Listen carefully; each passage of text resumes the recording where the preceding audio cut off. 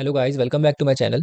तो आज हम कॉन्टेस्ट का एनालिसिस करने वाले हैं। ठीक है, हमारा जो रिसेंट कॉन्टेस्ट था, वीकली कॉन्टेस्ट 486। तो अब से हम हर कॉन्टेस्ट का क्या करेंगे, एक बार एनालाइज कर लेंगे। इससे क्या पता चलेगा कि भाई हमने मतलब एक मीडियम लेवल से हम कितने नीचे हैं और एक मीडियम लेवल से हम कितने ऊपर हैं। ठीक है, ये हमें पता चलेगा। अब जो इस कॉन्टेस्ट की डिफ़िकल्टी थी, वो मीडियम ही थी, मतलब इतनी ज़्यादा नहीं थी। आपको अगर आपने सॉल्यूशंस देखे होंगे तो आपको पता चला होगा प्रॉब्लम इतने डिफ़िकल्ट भी नहीं थे। अब सबसे पहले मैं शुरू करने वाला हूँ इसके फर्स्ट प्रॉब्लम से। जो इसका फर्स्ट प्रॉब्लम है, तो इसमें देखो आपको कुछ नहीं करना, जस्ट आपको वो वाला पार्ट निकालना है जहाँ पे क्या है, जहाँ पे आपका जितने पार्ट को हटा के आपका जो एरे है वो इंक्रीजिंग ऑर्डर में बन जाए, है ना? बस इतना ही निकालना है। तो प्रॉब्लम को समझने में मान लो आपको 1.5 मिनट लगता है ना? और एक बार आपको प्रॉब्लम समझ में आ जाती है ये, तो फिर क्या होता है? तो फिर उसके बाद आपको अप्रोच बनाने में कितना ही टाइम लगेगा? मुश्किल से 30 सेकंड, 1 मिनट, है ना? क्योंकि इसमें तो बहुत ईज़ी है कि बस भाई जहाँ तक हमारा जो सबसे लास्ट डिक्रीज़िंग मिलेगा, वही इंडेक्स हटा दो, ठीक है? कोड करने में आपको 2 मिनट लगेगा। तो इसमें आपको मुश्किल से 4 से 5 मिनट या 6 मिनट लगना चाहिए था। 5 मिनट भी मैक्सिमम है, 5 मिनट ज़्यादा है, ठीक है? 5 मिनट तक लगना चाहिए था। ये प्रॉब्लम मतलब किसी मतलब इतने यूज़ का नहीं है, जस्ट फॉर प्रैक्टिस ठीक है, ठीक है? इसके बाद चलते हैं अपने नेक्स्ट प्रॉब्लम पे, ठीक है? इसमें एनालाइज़ करने ऐसा कुछ है नहीं। एंड जो सेकंड प्रॉब्लम है, रोटेट नॉन नेगेटिव एलिमेंट्स, तो ये प्रॉब्लम ठीक प्रॉब्लम है, ठीक है? ये प्रॉब्लम ठीक-ठाक प्रॉब्लम है। मीडियम 4 पॉइंट है, ठीक है? तो इसमें हमें क्या करना है, अब जैसे आपने देखा कि जो पहला प्रॉब्लम था वो भी मीडियम था, पर हमारी एक्सपेक्टेशन होती है कि प्रॉब्लम ईज़ी आएगा पहला, है ना? तो एक बार को हम थोड़ा-सा प्रेशराइज़ हो जाते हैं, उसके बाद प्रीफिक्स वगैरह देख के कि इसमें कहीं कुछ और लॉजिक तो नहीं लग रहा है ना जो जिसमें कि टाइम लग जाए। क्योंकि हम अपना आइडियल टाइम मान के चलते हैं फर्स्ट प्रॉब्लम के लिए 5 टू 6 मिनट भी मैक्सिमम एकदम, ठीक है? अपर बाउंड होता है 5 टू 6 मिनट। अब जैसे सेकंड प्रॉब्लम है, सेकंड प्रॉब्लम में हमें हार्डली 8 टू 10 मिनट्स या ज़्यादा से ज़्यादा 15 मिनट्स लगने चाहिए, ठीक है? नहीं तो ये प्रॉब्लम भी आराम से 10 मिनट्स में हो जाता है, ठीक है? 15 मिनट्स मान लो इसके लिए ना, अगर थोड़ा-सा ट्रिकी लॉजिक आ गया। और बाकी अगर आपको इससे ज़्यादा टाइम लगता है तो फिर प्रॉब्लम एक्सेप्शनल है, नहीं तो फिर टॉपिक पे आपकी कमांड कम है। अब इसमें क्या है, देखो इसमें हमारे पास है कि नॉन नेगेटिव एलिमेंट्स को, मतलब नेगेटिव एलिमेंट्स को छोड़ दिया जाए तो जो नॉन नेगेटिव एलिमेंट्स हैं, मतलब इंक्लूडिंग ज़ीरो, है ना? इंक्लूडिंग ज़ीरो, आपको क्या करना है? आपको सबको यहाँ पे रोटेट करना है, सबको रोटेट करना है, ठीक है? तो रोटेट करना है तो इसमें 2 लॉजिक्स हैं। एक तो आपका ये वाला लॉजिक आता है सिंपल, आपने एक लिस्ट बना ली, है ना? उसके बाद सारे के सारे पॉजिटिव एलिमेंट्स आपने एक्सट्रैक्ट कर लिए लिस्ट में से। इसके बाद आपने यहाँ पे चेक कर लिया क्या लिस्ट में एक भी अगर पॉजिटिव एलिमेंट है ही नहीं, तो फिर किसको साइकिल साइकिल में किसको डालोगे, है ना? तो यहाँ पे हम वही वही का वही रिटर्न कर देंगे, के को नॉर्मलाइज करेंगे, है ना? भाई के तो कुछ भी हो सकता है, पर स्वैप आप भी जानते हो कि अगर मान लो चार चार की साइज है तो चार स्वैप, चार साइकिल्स के बाद सारे एलिमेंट्स उसी पोजीशन पर आ जाने हैं, है ना? तो ये हमने किया और इसके बाद ये मतलब ये अप्रोच भी बहुत सिंपल है, ठीक है? उसके बाद हमने यहाँ से लिस्ट की हेल्प से 2 फॉर लूप की हेल्प से हमने यहाँ पर बेसिकली जो डिफरेंस है वो यही आता है कि 2 फॉर लूप की हेल्प से हमने यहाँ पे अपना रोटेटेड एरे बनाया। लॉजिक बहुत सिंपल है, बहुत क्लीन है, ठीक है? और ये जो लॉजिक है, इसकी इंट्यूशन आती है कि भाई हमें जब भी साइकिल में डील करना हो तो हमें मॉडुलो याद आना चाहिए। तो मैंने रियल टाइम में तो मॉडुलो से ही इस प्रॉब्लम को सॉल्व किया था, बिकॉज़ यार अपनी इंट्यूशन की देखो हमेशा सुननी चाहिए, ठीक है?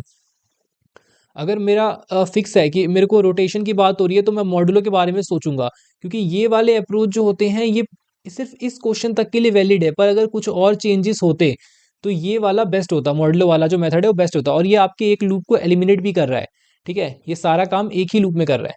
और बाकी अगर आप इसके मतलब मॉडुलो वाला यूज़ करते हो, मॉडुलो वाला मेथड अगर आप यूज़ करके प्रॉब्लम को सॉल्व करते हो तो आपको 15 मिनट्स में ये प्रॉब्लम हो जाना चाहिए, ठीक है? 15 मिनट्स होते हैं इनफ। इसके बाद देखो, इसके बाद यहाँ पर जो ये वाला प्रॉब्लम है, हाँ, ये बिल्कुल वैल्यूएबल प्रॉब्लम है, अच्छा प्रॉब्लम है, ठीक है? ये एज़ अ सब प्रॉब्लम आ सकता है आपका, मतलब क्योंकि इसके अंदर आपका मॉड्यूलर यूज़ हो रहा है ना? अगर वो दूसरी अप्रोच को हटा दे तो ये प्रॉब्लम अच्छा है, ठीक है? क्योंकि इसमें आपको रोटेशन को डील करना है। पर एक बात अच्छी ये भी है इस वाले लॉजिक में कि आप ये मॉड्यूलो को बायपास कर सकते हो, क्योंकि वो लॉजिक कॉम्प्लिकेटेड नहीं है, क्योंकि हमने प्रैक्टिस करी है। हमने मॉड्यूलो पे बहुत प्रैक्टिस करी है, इसलिए हमारे लिए इतना कॉम्प्लिकेटेड नहीं है। पर जिनको मॉडलों की इतनी समझ नहीं होती उनके लिए ये लॉजिक जो है मॉडलों को बायपास करने का बहुत ईज़ी तरीका है, ठीक है? तो ये एक ठीक-ठाक प्रॉब्लम है, मीडियम 4 पॉइंट का ये, ठीक है? बिल्कुल सही है। इसके बाद हम आते हैं अपने नेक्स्ट प्रॉब्लम पे, Pythagorean distance nodes in a tree. तो ये प्रॉब्लम जब हम पहली बार देखते हैं ग्राफ का प्रॉब्लम है। ग्राफ का प्रॉब्लम जब भी आता है, तो मन में ये होना चाहिए कि एक बहुत स्ट्रक्चर्ड प्रॉब्लम आएगा, ठीक है? यहाँ पे आपका एक फिक्स फॉर्मेट होता है जिसे आपको अप्लाई करना होता है। ग्राफ में आपको बीएफएस और डीएफएस बस ये 2 चीज़ें बहुत अच्छे से आनी चाहिए, ठीक है? तो यहाँ पर हमारा यही था कि एक्स, वाई, ज़ेड से कौन-कौन से जो नोड्स हैं वो पाइथागोरन डिस्टेंस पर हैं वो बता दो, है ना? कितने number of nodes I think ये बताना है हमें। ठीक है, हाँ, यही बताना है नंबर ऑफ एजेस बताने हैं, ठीक है? हाँ, return number of special notes in a tree, ठीक है, ठीक है।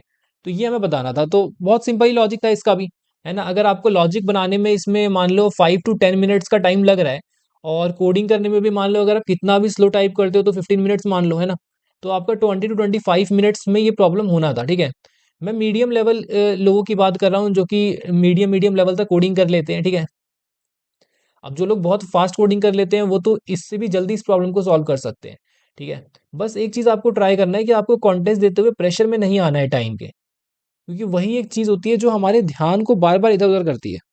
अगर आप फ़ोकस होके करोगे, जो आपने पढ़ा है उससे अगर चीज़ें निकालने की कोशिश करोगे, तो आपको इंट्यूशन ज़रूर आएगी, आपकी अप्रोच ज़रूर बनेगी, ठीक है? और कोड पे स्विच मत होना। अगर आप ग्राफ का कोड देखते ही ग्राफ बनाने लग गए एंड ऑल करने लग गए, तो फिर तो प्रॉब्लम करने का मतलब ही नहीं बनता। भाई आप भले फिर प्रॉब्लम को कर भी लो पर आपकी जो अप्रोच है करने की वो गलत है। आपको पहले उसके चैलेंज को पकड़ना है कि प्रॉब्लम का मेन चैलेंज क्या है? ग्राफ तो आप बना ही लोगे ना, ग्राफ तो आप बना ही लोगे 2-4 लाइन कोड लिख के। आप एज से सारे के सारे निकाल लोगे एरे के अंदर से और सबको कनेक्ट कर दोगे, सारे नेबर्स को लिस्ट में डाल दोगे, ये सब काम आपको आता है।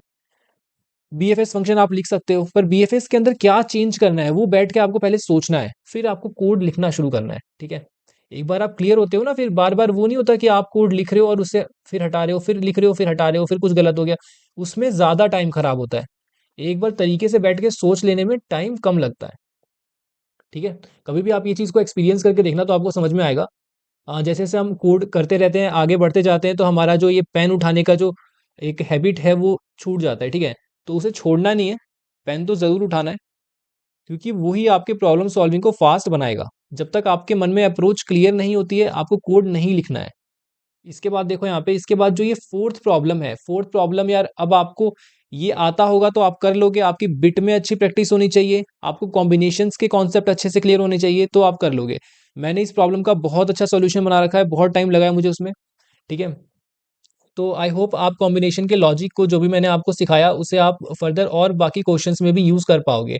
एंड 4th प्रॉब्लम पे मैं ज़्यादा कुछ तो नहीं बोल पाऊँगा, पर हाँ, इसके इसमें ये होता है ना कि अगर आपने एक बार लॉजिक सोच लिया, अगर क्वेश्चन सिमिलर टाइप का आपका किया हुआ है पहले से, तो आप इसमें कर लोगे। जैसे कैसे किया हुआ है देखो मैं बताता हूँ। जैसे इसमें बिट का प्रॉब्लम है तो आप कंस्ट्रेंट पे गए, आपने देखा है 2 की पावर 50 का कंस्ट्रेंट है, तो मतलब मैं बिग O ऑफ n में डील नहीं कर सकता, मुझे इसको बिट बाय बिट लेके चलना पड़ेगा। तो आपके मन में आए कि ओके बिट बाय बिट बनाना है, ठीक है। तो मैक्सिमम कितनी बिट हो सकती है ये मुझे कौन बताएगा? ये मुझे बताएगा ये कंस्ट्रेंट कि 2 की पावर 50 तक ही यहाँ पे नंबर्स जो हैं वो आ सकते हैं ना। तो हमने 49 से लूप रन करना शुरू कर दिया कि ठीक है यार जो सारे मेरे होते हैं 2 की पावर 0, 2 की पावर 1, 2 की पावर 2, 2 की पावर 3 ऐसे होते हैं ना बाइनरी। तो 2 की power 49 is the last one, ठीक है? जो बना सकते हैं हम लोग। तो आपने ये चीज़ मतलब बहुत इंट्यूटिव तरीका है इसको करने का भी। बस आपके बिट के छोटे-छोटे ऑपरेशंस पे अच्छी कमांड होनी चाहिए। अब आपने OR ऑपरेशन जान लिया पर आपको OR का मेन लॉजिक नहीं पता। OR का लॉजिक है एक्यूमुलेशन का कि आप हमेशा उससे कोड में एक्यूमुलेट करने के लिए काम में लेते हो। वन्स सारे वन्स को एक्यूमुलेट करने के काम में लेते हो, है ना? तो ये सारी चीज़ें आपको पता होनी चाहिए। बाकी प्रॉब्लम की जो डिफ़िकल्टी है वो काफ़ी अच्छी है और ये बिल्कुल आप मान सकते हो कि एक ओए लेवल प्रॉब्लम है। अगर आपको ओए की प्रैक्टिस करनी है तो आप कॉन्टेस्ट के 4th प्रॉब्लम को ज़रूर किया करो, ठीक है? 4th प्रॉब्लम तो आपको छोड़ना ही नहीं है और 4th प्रॉब्लम सिर्फ़ करना नहीं है, 4th प्रॉब्लम को अच्छे से करना है। मतलब कि उसका लॉजिक क्या है, आपको उससे पहले खुद मतलब अगर आप ट्यूटोरियल देख रहे हो, सॉल्यूशंस देख रहे हो, तो आप देखो फिर एक बार खुद से इम्प्लीमेंट करने का ट्राई करो। नहीं हो फिर उसके बाद इम्प्लीमेंटेशन देखो, फिर देखने के बाद फिर खुद से करने का ट्राई करो। है ना? क्योंकि आपके मन में जो लॉजिक है वो बैठ जाना चाहिए और फिर प्रॉब्लम को खुद से मतलब अपनी लैंग्वेज में फ्रेम करने की कोशिश करो कि आप कैसे चीज़ों को पकड़ सकते थे। ये प्रॉब्लम इंट्यूटिव कैसे हो सकता था? ठीक है, मैं हर प्रॉब्लम में आपको इंट्यूशन इसलिए बताता हूँ ताकि आपको ये पता चले कि इस प्रॉब्लम में कुछ मैजिक नहीं हो रहा, है ना? इस प्रॉब्लम में कुछ भी मैजिक जैसा नहीं हो रहा, ये प्रॉब्लम इंट्यूटिव है। तो अगर आप ध्यान से एनालाइज़ करोगे तो अगर मैं इसके भी 20 मिनट्स मान लेता हूँ कि आप हार्डली लॉजिक फाइंड कर लेते हो, तो आपको मतलब 15-20 मिनट्स इनफ होते हैं लॉजिक फाइंड करने के लिए और इसका कोड कितना ही है, मुश्किल से 5 मिनट लगेगा आपको इसे लिखने में, ठीक है? तो 20-25 मिनट अगर आप इसके मान लो और इसके भी अगर आप मैक्सिमम 20 मिनट मान लो तो 40 मिनट्स हो गए, ठीक है। और बाकी यार आपका 20 मिनट में ये दोनों क्वेश्चन आराम से हो जाने वाले हैं, तो 60 मिनट में आपका कॉन्टेस्ट खत्म हो सकता है, ठीक है। पर होता नहीं है क्योंकि यार हम प्रेशर में होते हैं ना, और हमारा जो एक टाइम लिमिट होता है वो हर बार काम नहीं करता कि हमें पहला क्वेश्चन 5 मिनट में ही कर देना है। कभी कभी वो क्वेश्चन भी 8 मिनट लेके चला जाता है ना। तो जब भी ऐसा हो कि आपका कोई क्वेश्चन आपके एक्सपेक्टेड टाइम से ज़्यादा लेकर चला गया, तो आपको पैनिक तो नहीं होना है कम से कम। बाकी चीज़ें कुछ भी करो पर पैनिक नहीं होना कि आपका इतना सारा टाइम, मे बी आप अगले क्वेश्चन में आके टाइम को बचा सको, मैनेज कर पाओ, है ना। पर लीड कोड कॉन्टेस्ट के लिए 60 to 70 मिनट्स इनफ होते हैं करने के लिए। अब जैसे ये फोर्थ प्रॉब्लम है, फोर्थ प्रॉब्लम प्रॉब्लम का लॉजिक अगर आपको पता होगा तो आप कर लोगे, नहीं पता होगा तो आप नहीं कर पाओगे कॉन्टेस्ट के अंदर में, ठीक है। तो मैंने इसका स्ट्रक्चर्ड पैटर्न भी बना रखा है कि मतलब किन किन लॉजिक्स, जो जो लॉजिक्स इसके अंदर बार बार रिपीट होते हैं। आप देखते हो कि इसके अंदर बिट्स बार बार रिपीट होता है, सेगमेंट ट्री बार बार रिपीट होता है, डीपी ऑन ग्राफ रिपीट होता है, ठीक है। तो ये सारे लॉजिक्स हैं, इन पे अगर आप 8 to 10 प्रॉब्लम्स को सॉल्व कर लोगे हर एक पैटर्न पर, इसके कुछ 8 to 10 पैटर्न्स है, मैंने बना रखा है, मैं आपके साथ शेयर करूंगा बाद में। तो अगर आप उन सब पे प्रैक्टिस कर लेते हो, total 70 to 80 problems I think आपको करने पड़ेंगे। पर हाँ, फिर उसके बाद आप प्रॉब्लम 4 को कर पाओगे, एटलीस्ट आप पूरा नहीं तो हाफ सॉल्व तो पक्का कर लोगे, ठीक है। तो ये सारी चीज़ें होती है जो मुझे आफ्टर कॉन्टेस्ट आपके साथ डिस्कस करना होता है। तो मिलते हैं नेक्स्ट वीडियो में, बाय।